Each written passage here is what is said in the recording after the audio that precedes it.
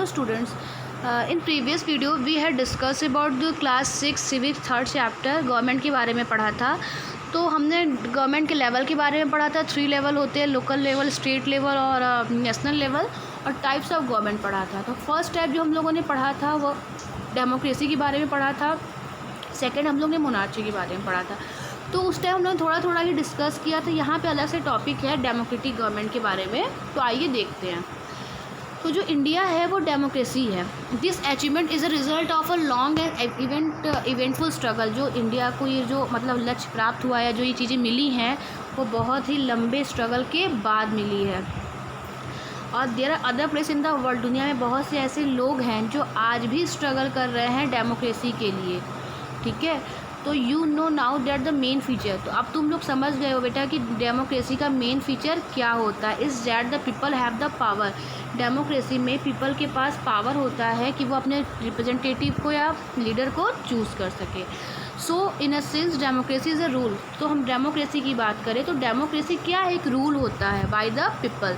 The basic idea is that people rule themselves by participating in the making of this rules. Basic अगर idea देखें तो जो people होता है वो रूल करता है, मतलब कि अपने पे रूल करने के लिए, गवर्नमेंट बनाने के लिए खुद से इलेक्शन में मतलब वोट डालता है और अपने रिप्रेजेंटेटिव को चूज़ करता है। फिर देखिए, democratic government in our times are usually refer to as a representative democracy. जो डेमोक्रेटिक गवर्नमेंट होता है उससे हम यूजुअली क्या रिफ़र करते हैं, representative democracies. In representative democracies people do not participate directly. जो रिप्रेजेंटेटिव डेमोक्रेसी होती है उसमें जो लोग होते हैं वो डायरेक्टली पार्टिसिपेट नहीं करते हैं ना, मतलब कि जो ये हम लोग आगे देखिए बताएगा। But in state choose the representative through an election process. जैसे कि आप जैसे किसी चाहते हैं कि कोई लीडर है जो गवर्नमेंट बनाए, मतलब अगर आप चाहते हैं कि भाजपा की सरकार गवर्नमेंट बनाए ना, तो उसके लिए बस आपके कह देने से कुछ नहीं होगा, तो आप डायरेक्टली नहीं उसको बना सकते हैं। उसके लिए प्रोसेस होता है कि इलेक्शन होगा, फिर उस इलेक्शन में आप वोट डालने जाएंगे, फिर पूरे वोट जितने वोट पड़े रहेंगे आपके स्टेट में या कहीं भी तो पूरे नेशन में, तो उसके बाद फिर जो जितने वोट पड़े होते हैं सारे वोट की काउंटिंग होती है। फिर ये देखा जाता है कि किस पार्टी के लीडर को या किस पार्टी को अधिक वोट मिले, फिर गवर्नमेंट बनती है ना। इस तरह से कह रहा है कि डायरेक्ट नहीं, इनडायरेक्ट होता है इलेक्शन के process. This representative meet and make, ये जो रिप्रेजेंटेटिव हैं ये क्या करते हैं, मिलते हैं और रूल बनाते हैं। तो meet and make decision for the entire population. अभी इसके पहले जो आपने ये देखा, ये बेटा, ये मैं इसको भी पढ़ा रही हूँ, बस ये थोड़ा कंप्लीट कर लूँ फिर इसके बारे में बताती हूँ। एक मोमेंट है वो बताती हूँ। तो उसके बाद जो एक गवर्नमेंट है ये इंटायर पॉपुलेशन के लिए डिसीजन लेती है। These days a government can not call itself democratic unless. इस समय जो गवर्नमेंट है वो अपने आप को डेमोक्रेटिक तब तक नहीं कह सकती। It allows what is known as universal adult franchise. This mean that, मतलब कहने का है कि ये जो मतलब होता है रिप्रेजेंटेटिव चूज़ करने का प्रोसेस, ये तभी पॉसिबल हो सकता है जब पूरे देश में यूनिवर्सल एडल्ट फ्रेंचाइजी होगी। इसके कहने का मतलब होता है कि आपके देश में रहने वाला प्रत्येक नागरिक जो 18 साल का हो या इससे अबव हो, 18 और मतलब 18 और 18 अबव, जो 18 साल से ज़्यादा हो वो वोट कर सकता हो, उसे वोट करने का अधिकार मिला हो। तो but it was not always like this, लेकिन हमेशा ये ऐसा नहीं होता है।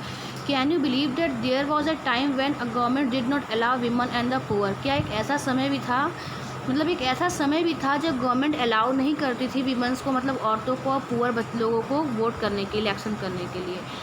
ये कब था, ये अर्लीस्ट फॉर्म ऑफ गवर्नमेंट था। अलाउड ओनली, मतलब जब पहले का जो गवर्नमेंट था उसमें क्या था कि सिर्फ आदमी और रिच लोग जिसके पास अपनी खुद की प्रॉपर्टी हो, जो पढ़े लिखे हों, वही वोट कर सकते थे। This mean that women the poor the property less, जो औरतें हों या जो गरीब हो या जिसके प्रॉपर्टी पैसा ना हो या जो अनएजुकेटेड हो, वो वोट कर नहीं सकता था, उन्हें अलाउ नहीं था। The country was governed by the rules and the regulation that these few man made. और जो कंट्री था वो सिर्फ कुछ रूल रेगुलेशन जो कुछ ही लोग बनाते थे, जो आदमी लोग होते थे, जो एजुकेटेड होते थे, जिनका पैसा होता, जो वो नियम कानून जिस अकॉर्डिंग बनाते थे उसी के अकॉर्डिंग देश चलता था। ठीक है, तो in India before independence, India में इंडिपेंडेंस के पहले सिर्फ स्मॉल मिनोरिटी ही, सिर्फ स्मॉल कुछ कम ही लोगों को, स्मॉल मिनॉरिटी को ही वोट देने का अधिकार था। And they therefore came together to determine the fate of the majority. Several people including Gandhi ji were shocked. बहुत सारे लोग इस रूल से बहुत ही शॉक थे, और गांधी जी की बात करें तो वो भी इस अनफेयरनेस पे काफ़ी शॉक थे कि ऐसा नहीं होना चाहिए, सभी एडल्ट को राइट होना चाहिए वोट का। ठीक है, मतलब हर एक व्यक्ति जो 18 ईयर्स का, 18 ईयर्स से अबव है, उसे वोट देने का अधिकार होना चाहिए। इसी को बोलते हैं यूनिवर्सल एडल्ट फ्रेंचाइजी।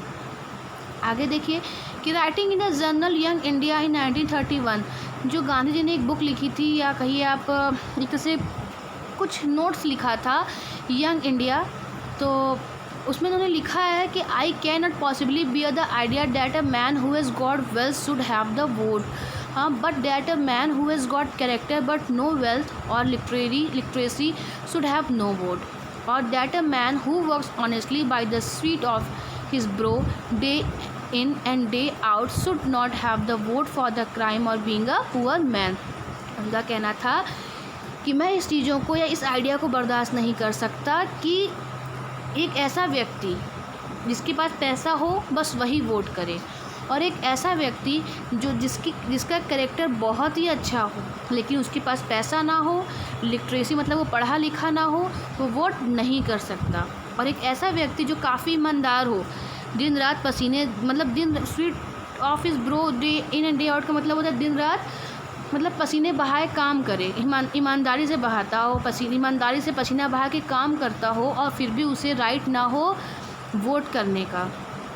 ठीक है, और एक ऐसा व्यक्ति जिसके पास बहुत पैसा हो लेकिन वो क्रिमिनल हो, उसे अलाउ हो वोट करने का। तो ये सब चीज़ों के गांधी जी बेटा बहुत ही अगेंस्ट हैं। बस ये चैप्टर यहीं पे कंप्लीट होता है, लेकिन मैंने बोला था कि आपको ये यहाँ पे बताऊँगी ये क्या है, तो मैं बता देती हूँ। देखिए, ये देखिए, Now ever in the world have government willingly shared power all over Europe and USA women and the poor have had to fight for participation in the government। देखिए, बहुत समय पहले की बात बता रहा है, कहाँ की बात कर रहा है ये, USA यूरोप की बात कर रहा है, जहाँ औरतों को अधिकार नहीं था वोट करने का। तो उन लोगों ने काफ़ी संघर्ष किया है गवर्नमेंट में पार्टिसिपेशन करने के लिए। आगे देखिए, women struggle to vote got strength during the First World War. The movement is called the women's suffrage movement, as the term suffrage usually means right to vote. उस समय क्या हुआ था कि जब फर्स्ट वर्ल्ड वॉर हुआ था, उसी समय से ये मूवमेंट चलाया गया था जिसको कहा गया था सफ्रेज मूवमेंट, वुमेन्स सफ्रेज मूवमेंट। सफ्रेज मतलब होता है वोट देने का अधिकार। तो इस समय क्या हुआ था देखिए, ड्यूरिंग द वॉर के समय many men were all away fighting and because of this women were called upon to do work that was earlier consider man's work. उस समय जब वर्ल्ड वार हो रहा था, फर्स्ट वर्ल्ड वार, जितने आदमी थे वो युद्ध लड़ने गए थे, औरतें सब घर पे थीं, और उस टाइम जो बहुत सारे औरतें थीं वो ऐसे काम करना शुरू कर दी थीं जिसे कहा जाता था मैंस वर्क। मतलब कि ऐसे काम जिसे सिर्फ पहले आदमी लोग करते थे, लेकिन सारे आदमी तो चले गए थे युद्ध के लिए, तो वो काम अब औरत करना भी स्टार्ट कर दी थी। Many women began organising and managing different kinds of work. When people saw this they began to wonder why they had created so many unfair stereotypes about women and what they were capable of doing. So women began to be seen as be equally capable of making decisions. तो हुआ यूँ कि जब सारे आदमी चले गए थे वहाँ पे युद्ध के लिए, तो औरतें घर में थीं, तो पैसे की प्रॉब्लम थी, घर कैसे चलता है ना, बच्चे भूखे थे, वो लोग भूखे थी, तो वो लोग काम करना स्टार्ट कर दी, और वो वही सब काम करने लगी जो कि पहले मेंस वर्क के नाम पे फिक्स था कि काम आदमी ही कर सकते हैं। लेकिन जब वो ये सब सारे काम अच्छे से औरतें भी करने लगी थी, तो कुछ लोग शौक हो गए थे कि हमें ऐसे धारणा, स्टूडेंट्स मतलब होता है कोई फिक्स धारणा बना के नहीं रखनी चाहिए कि ये काम औरतों का ही है या ये काम आदमियों का ही है, या औरतें नहीं कर सकती, आदमी नहीं कर सकती, और ऐसा नहीं होना चाहिए। जैसे अगर ये सारे काम कर सकती हैं, कैपेबल हैं करने के लिए, तो इन्हें वोटिंग का भी अधिकार मिलना चाहिए। आगे देखिए, द सफ्रेट्स डिमांड द सफ्रगेट्स का मतलब होता है जो इस मोमेंट के अगेंस्ट, जो इस मोमेंट के इसमें खड़ी थी अपने वोट के अधिकार के, उन्हें सफ्रेट्स कहा गया था। Right to vote for all women and to get their demands hear they change themselves to rallying in public places. और उन्होंने कहा कि अगर उनकी डिमांड को नहीं माना जाएगा तो वे क्या करेंगी, अपने आप को रेलिंग पे या पब्लिक प्लेसेस पे फांसी लगा लेंगी। मैनी सफरेट्स वर इम्प्रिज्ड, मतलब बहुत सारे सफरेट्स थे जो उन्हें जेल भी भेजा गया, और बहुत सारे जो क्या थे, हंगर स्ट्राइक, मतलब भूखे स्ट्राइक्स पे थे ना, भूखे बैठे हुए थे।